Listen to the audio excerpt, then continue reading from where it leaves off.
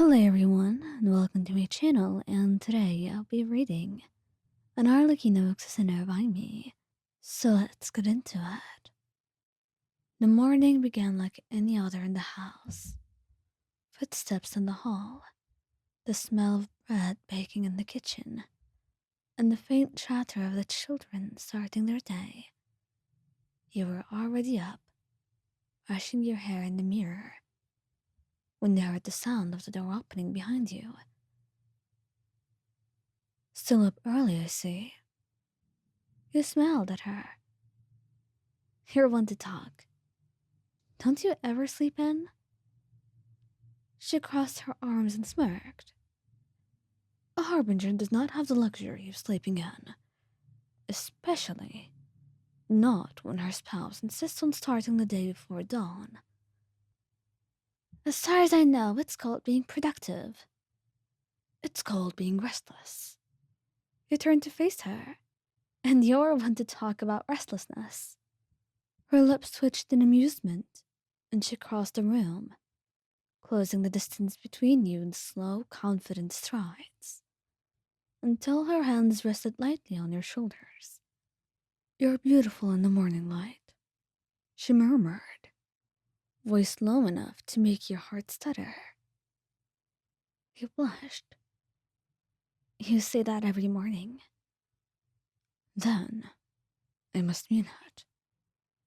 You rolled your eyes, but couldn't help smiling. Breakfast was a quiet affair. The children filled the dining hall with laughter and noise, and though Arlecchino often preferred silence, she never once told them to quiet down.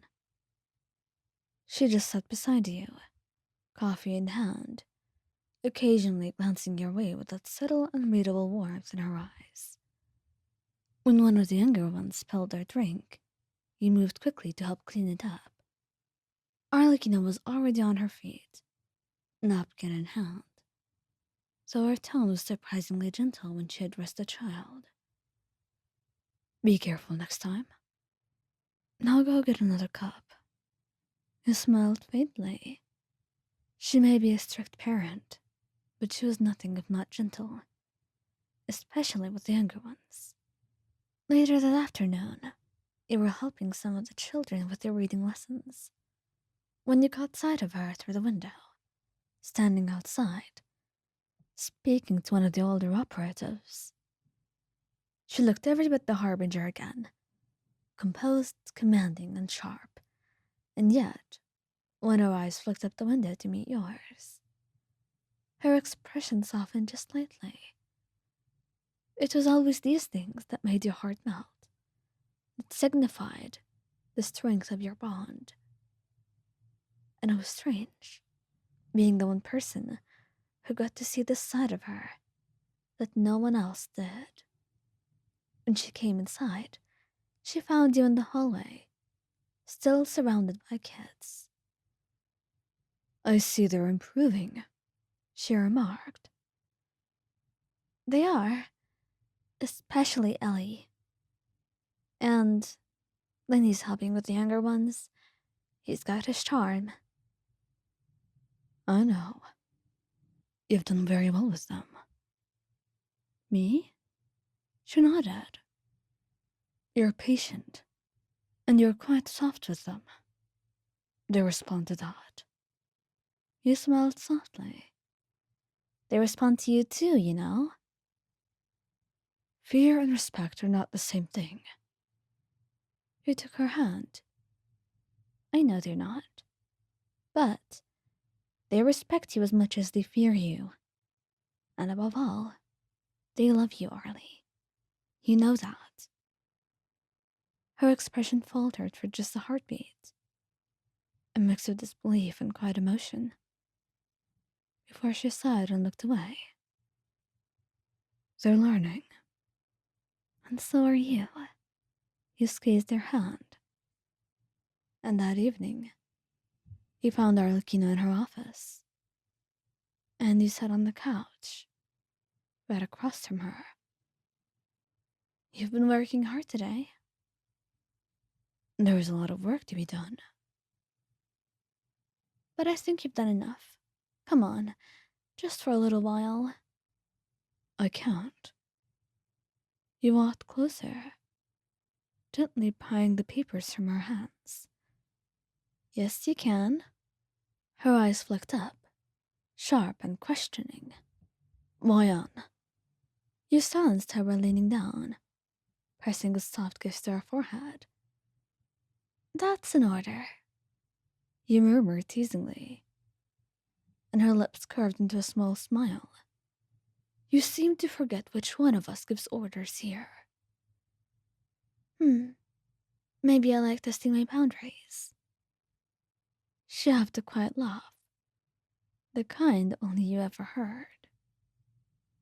And you led her to your shared room, where the light from the fireplace cast a soft glow over the walls.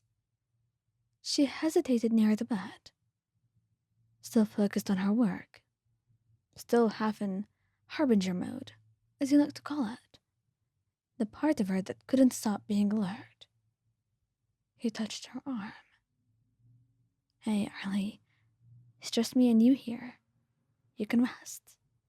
Trust me, everything will be fine if you rest for just a couple hours. Everything will be here in the morning. Okay? She exhaled slowly, like she was letting go of something heavy. Then she sat down. Yeah, I suppose you're right. You always find a way to convince me, you know. I know you too well, you said. And she smiled softly, leaning her head against your shoulder. I don't often say this, but I suppose I'm quite lucky to have you. You laughed, nodding. You are. And you may not say it often, but I'll never forget. I'm going to regret saying it, aren't I? Maybe. Who knows? She just shook her head, but even then, she couldn't help but be happy. Life has always been difficult with her. But ever since the two of you got together, and after your marriage especially, it was nice to have these soft domestic moments. Something that she never expected someone such as herself to have, or even deserve. And so, she will never stop cherishing this. Not for a single moment.